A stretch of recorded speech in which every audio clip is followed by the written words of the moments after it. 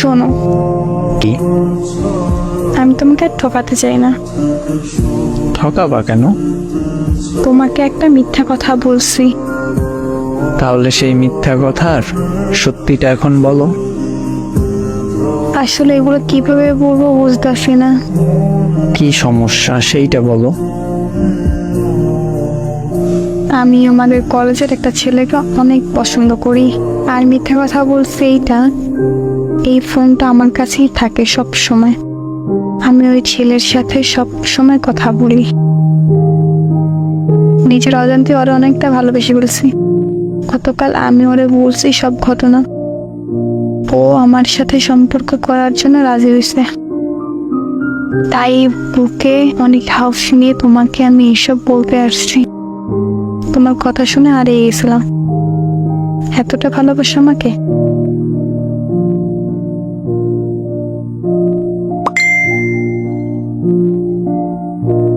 ক্ষমা করে দিও আমাকে। একটা কথা কি জানো, মানুষ ঠকিয়ে কখনো ভালো থাকা যায় না।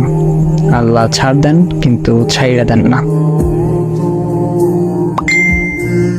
প্লিজ এইভাবে বললো না। আমি এখন তোমাকে কি বলবো সেটাই বুঝতে পারতেছি না। এমনও মানুষ হয়